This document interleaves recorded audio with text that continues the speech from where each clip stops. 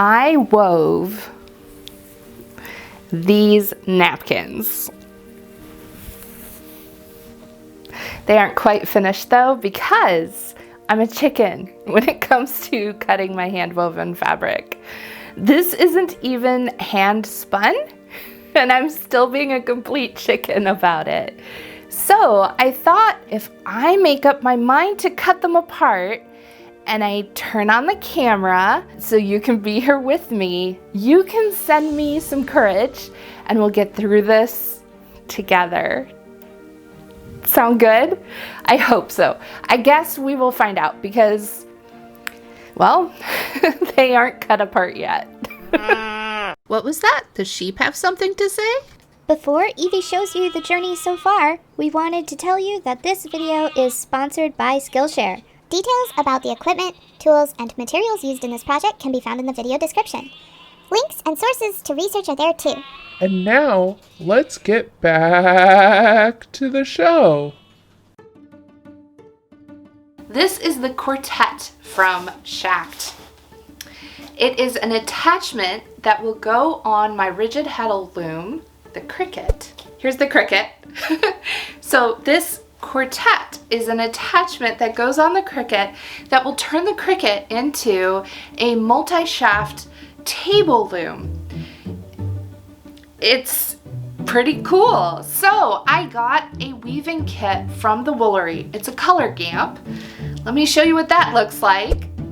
Here it is. It's called Chasing Rainbows, and it is a kit to make 4 napkins. A color gamp is a piece of woven cloth that uses different colors in the warp and the weft so that you can really explore some color theory and see how the colors interact with each other as they cross with the warp and the weft, and it can make some really beautiful effects. I think it's time that we refresh our napkins with some new ones.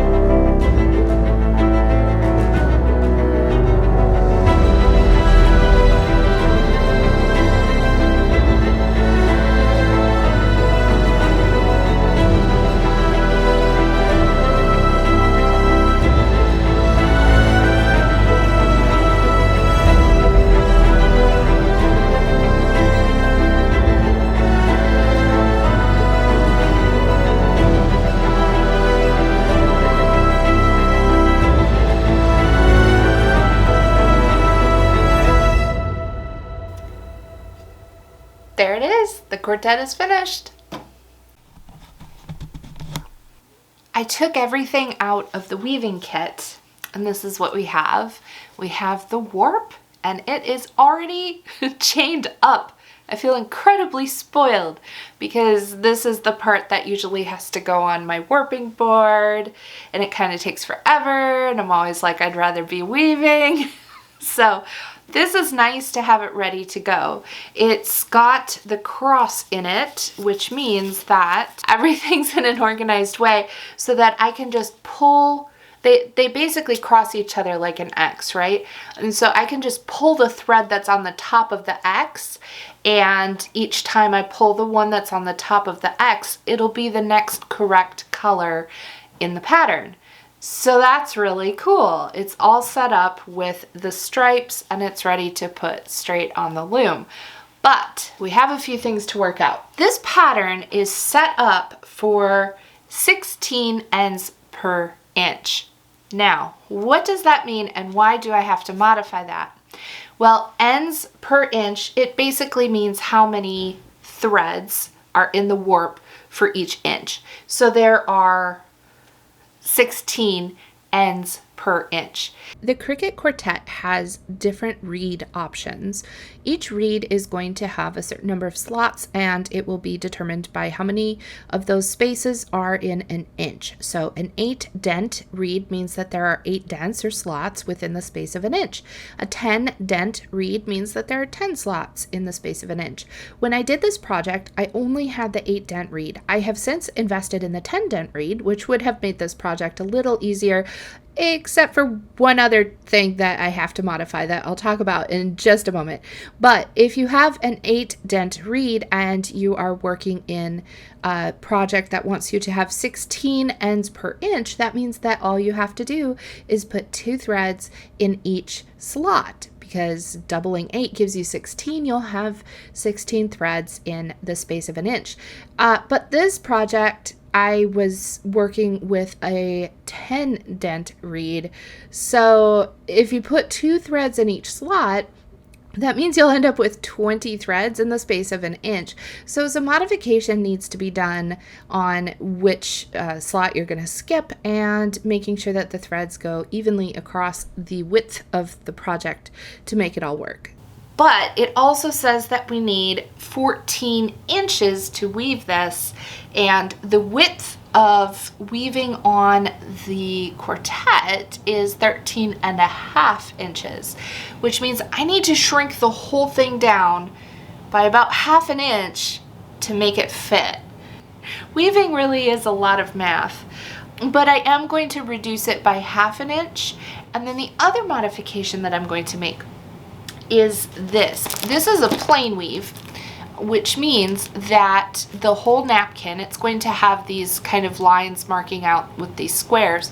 So a plain weave means that it's just over, under, plain and even the whole way through.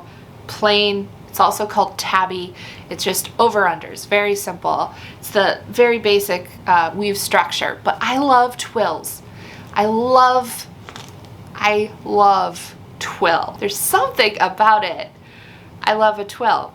Twill gives sort of a surface texture of having lines run across in a diagonal way. Sometimes they go the other direction, but it's just really fun. You can make chevrons with it. You can make diamonds with it. It's just a really cool weave structure.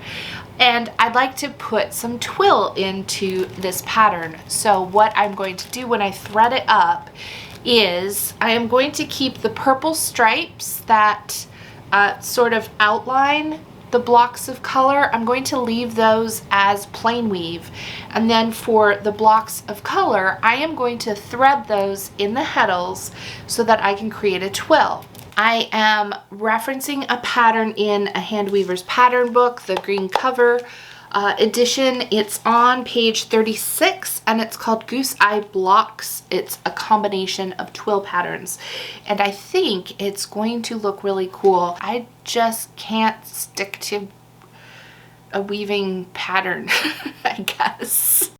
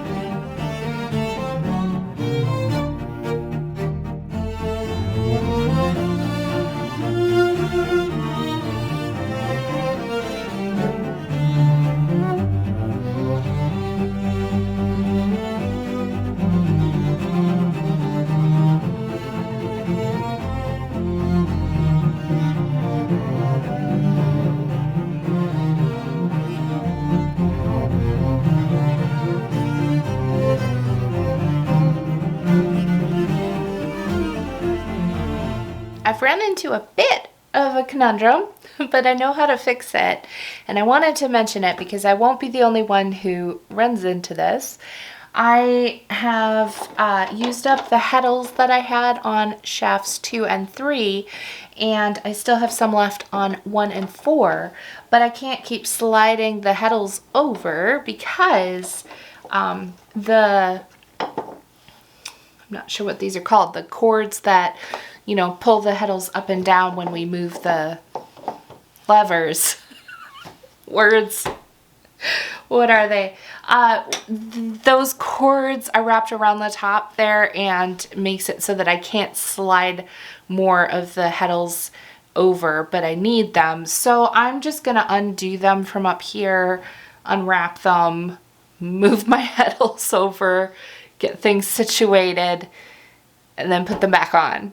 I do this frequently with my floor loom, but the shafts that hold the bars are different because they have like a hook.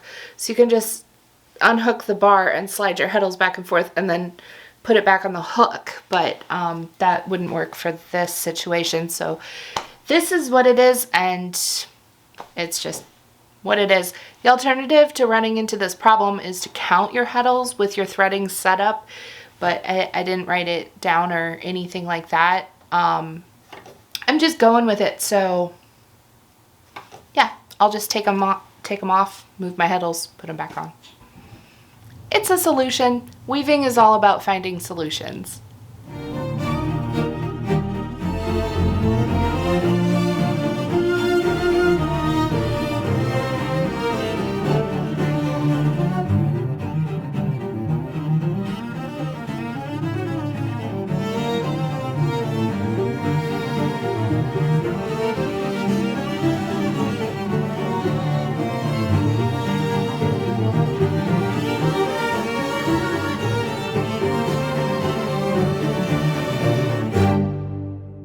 It's day 2 and I'm back with a mistake.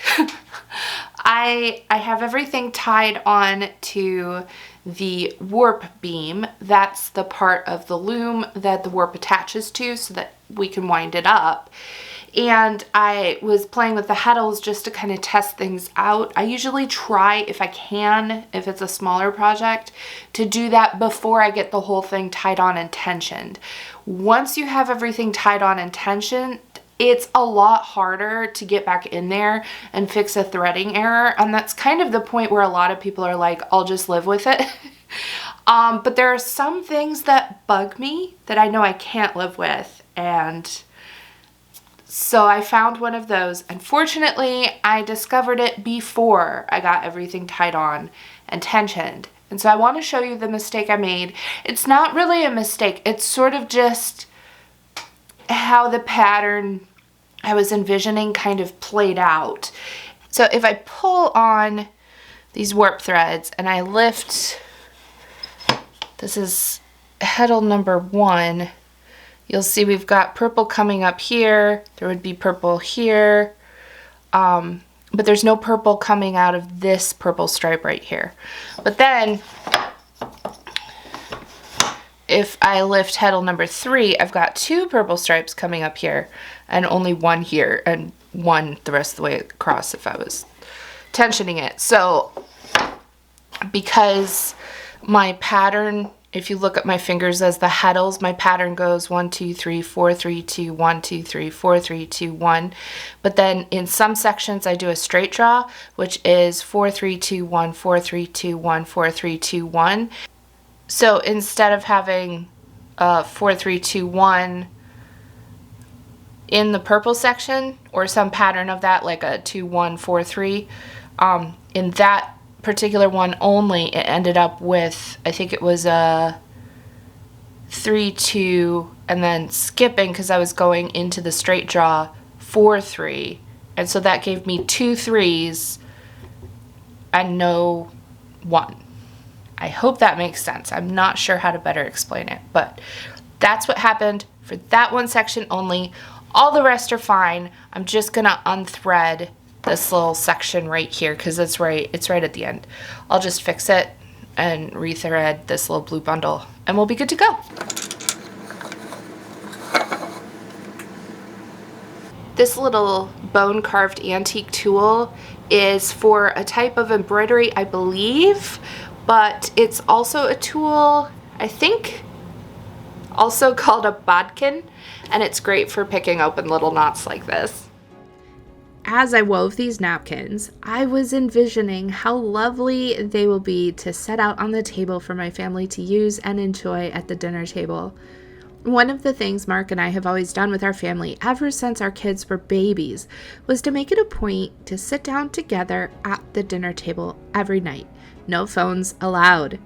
Our family dinners have been a touchstone for us. We share our days with each other, talk about our lives and what's going on. We talk about the fun stuff, the serious stuff, and very often the nerdy stuff.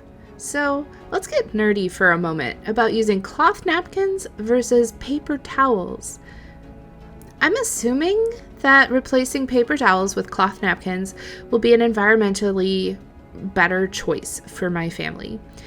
I did some investigating and found that the average American will use 145 rolls of paper towels per year and spend $10,518.82 in their life on paper towels. That's a lot.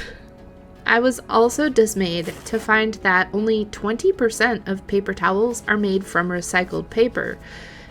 The remaining 80% comes from virgin tree pulp. That means paper towels are a big contributor to deforestation. So, are cotton napkins a better choice? Honestly, I don't know. Paper towels use 20,000 gallons of water per ton of paper towels produced, but cotton is a thirsty product too. It takes more than 5,283 gallons of water to produce just 2.2 pounds of cotton.